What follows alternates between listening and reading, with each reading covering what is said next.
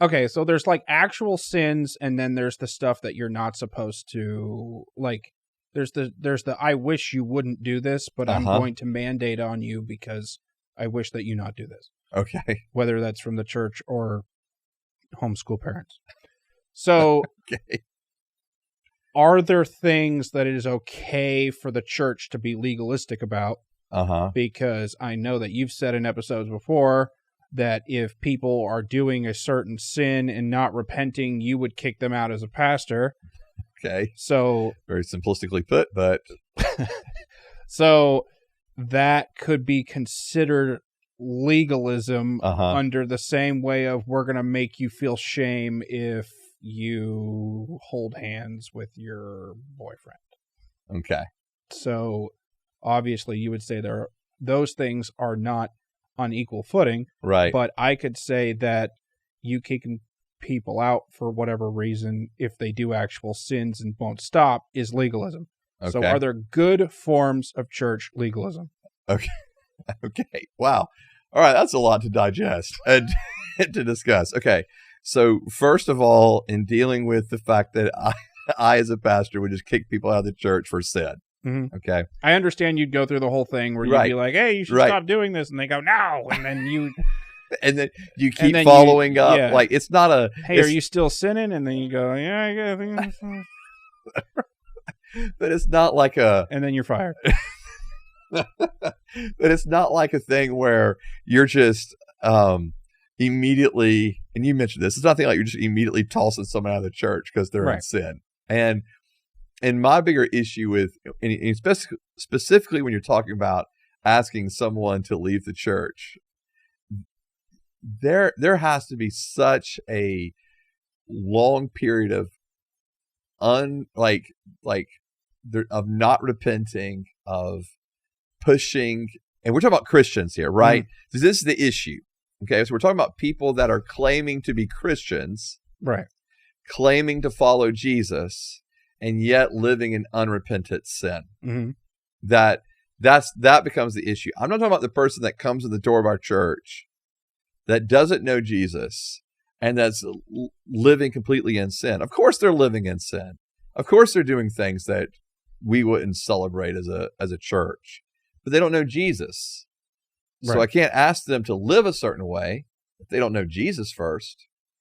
Okay. Okay. So I want to make sure there's a clarity and distinction there. I know. Yeah. I know you knew that. Okay. I just want to make sure. We've gone over those. Okay. I just want to make sure, hey, if you're just jumping on now, I don't want you to think, hey, Pastor Joe's just tossing people out of the church everywhere. Okay. All right. So is that good?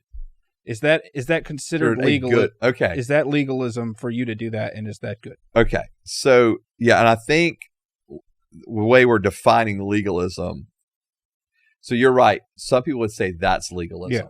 No doubt. Okay. Some people would say holding to a scriptural sexual ethic is legalism.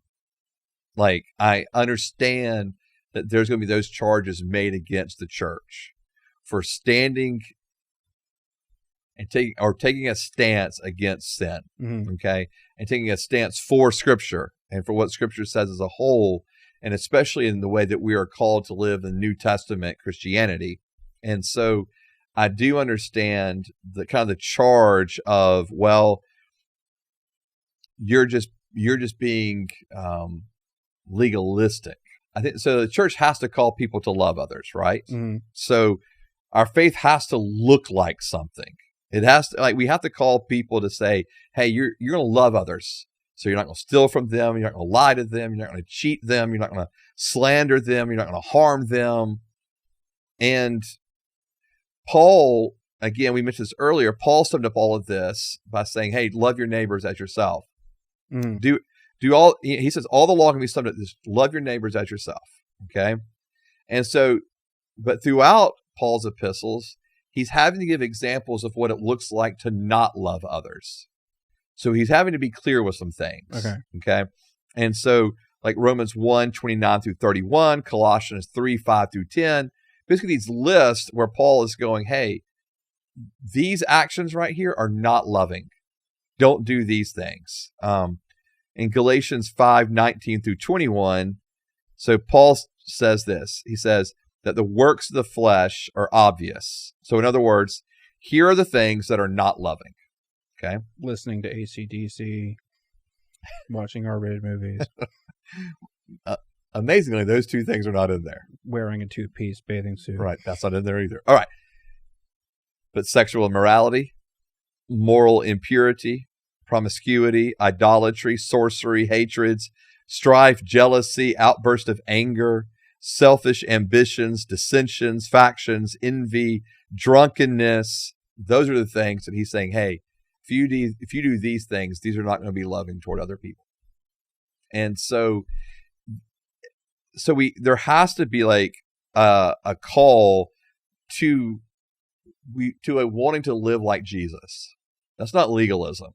Okay. And I want to make sure there's we do as a church have to make a stand and going, hey, these things are not okay because these things are not loving. These things are okay because these things are loving. Okay. All right. And therefore, so these things are not loving and they're not honoring God. These things are loving. They are honoring God. So yes, we are going to draw a line a little bit and say, or not a little bit, we are going to draw a clear line. These things, they're not okay. They're sin. They're not loving toward others. This is what fallen humanity does. This is how fallen humanity acts. Whereas on this side, this is what it looks like to follow Jesus because this is the way Jesus himself would act. So how did Goddard and all of his minions on that scale that you just presented, these are loving things and these are not loving things. Right. Where do you fit? I guess R-rated movies is going to be the example, I guess. Okay. Where do you fit R-rated movies into there, and how did they scale that? And right. And what was the thought process behind all of this when it started? Yeah. So a couple things. So with Gothard, there's the Gothard. Yeah. Okay. Yeah. With Gothard, there's this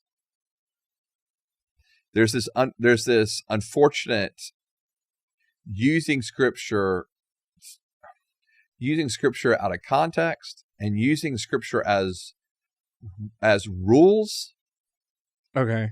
As like, all right, these are your instructions. It's like almost like using scripture as like an instruction manual.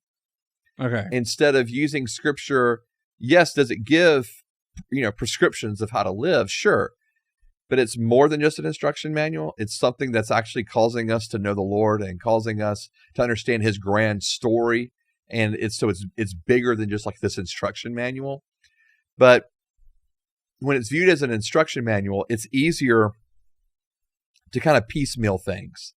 So you take a verse here, verse here, verse here, and all of a sudden you're taking them out of context and you make it say something it doesn't mean. Okay.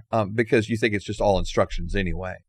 Instead of seeing it as a story, where if I'm reading it as a story, it's like for anything with a story, I can't just pull something out of context because I need to know what's going on in the rest of that story. Mm-hmm.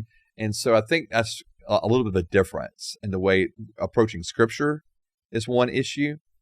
But then, so getting to your point of like R-rated movies or, things that came up later on that wasn't just Gothard, but like kind of, there's part of it, but it bled into the purity culture. Right. With Joshua Harris and all that group. Like never listen to any radio that isn't Christian radio. Right. Yeah. And ever. Yeah. And so you would take passages, for example, like in Philippians 4, mm-hmm. where it says, think upon these things. And then Paul lists the things to think about. And he says, these things are good. Sunshine, they're pure. Flowers. They're holy. Stuff like that. Yeah. Yes, those could be included in that. Rainbows, but not the gay kind. Yes. Okay. And so there's the idea of, but again, think upon these things: holy, pure, it's good, it's pleasurable, it's pleasing. And so Paul's saying, hey, think about these things. But the context of that also is like when we're anxious. He's talking about anxiety there in Philippians 4. Mm-hmm. Saying, don't be anxious. Okay, but in prayer and supplication, present your request to the Lord. Think upon these things. So in other words, if your mind is anxious, there needs to be like a shift, Okay, so what are we thinking about, right? Well, this is where I would go. There's a lot of anxious characters in Disney movies, so guess we can't watch any of those. Like, this is I know it's take legalism to the extreme. Right, We could all do this all day and never be able to leave our houses and do anything. Right. And so what I'm getting to is so when Paul's saying anything about that which is holy, that which is good, right? And we would all agree with that, to have those thoughts in our minds, but especially if you're anxious, especially if you're dealing with anxiety, and so your thoughts are anxious, your thoughts are, maybe you feel down, maybe you're depressed, maybe, okay, so Paul's saying, hey, pray unto the Lord, present these requests to the Lord. So, with thanksgiving, let him know, in other words, you're anxious about these things. And then now let's start thinking about that which is good. Let's think about that which is holy. He's actually trying to help someone on a practical level deal with anxiety. Now, for you and I, if, we're told to not watch R-rated movies, for example, if that's what we're told, and we're using that passage as the defense for it, because, well, if you watch R-rated movies, or if you listen to really bad music, your thoughts aren't good, holy, pleasing, right? Well, I would say, okay, I understand what you're talking about in that, but also to say R-rated movies are out because they're R-rated, there's no nuance in that, right? Like you mentioned Passion of the Christ earlier. Are we just going to not watch the realities of what happened with Jesus because it's so brutally violent? Or if we're going to watch a movie, because if you take the one scene out where Jesus gets whipped, just the one time he gets whipped, that's not good for you to watch. Yeah. Forget the whole story. Yeah. I mean, because if we're being honest, like we're talking about not wanting to expose our minds, quote unquote, to certain things. Like, have you read scripture? Right. Like scripture's full of things that should be shocking to us. Right. I mean, you've got, the father of our faith, Abraham, is, I mean, he lies about who his wife is. There's so much incest. And he's like, oh, she's not my wife. She's my sister. And so then she's just given to a king and he sleeps with her.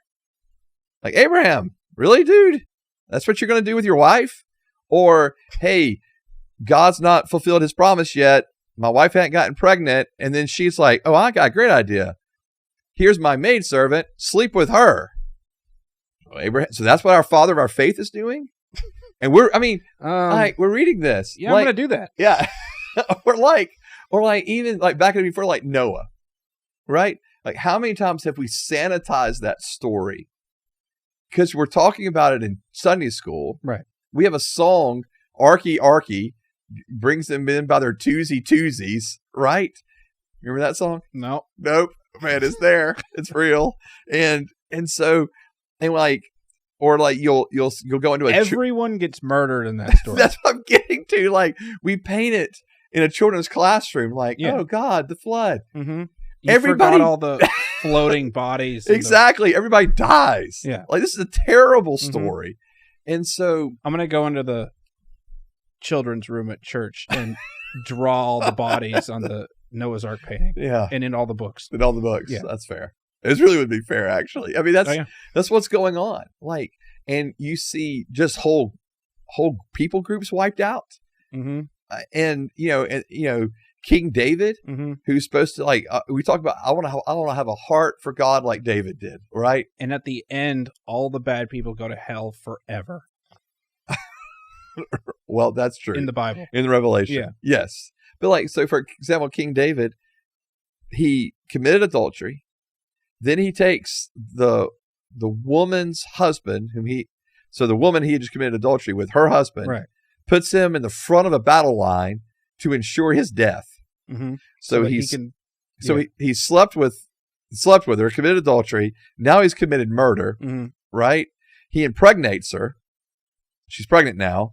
So now he marries her. So he's adding on to the wives he already has. And this is David. my whole point being is like scripture itself is not sanitized. Mm. Like we have a whole book on sex in scripture, the Song of Songs. Like it's an explicit book on sex. And so to say that we don't want to expose ourselves to certain things is naive at best. Mm. It's how do we process all of that? How do we understand all of the movement that's happening in scripture in relation to God, in relation to what he ultimately wants, in relation to his glory, in relation to understanding what love is not, and to honestly wrestle with these things.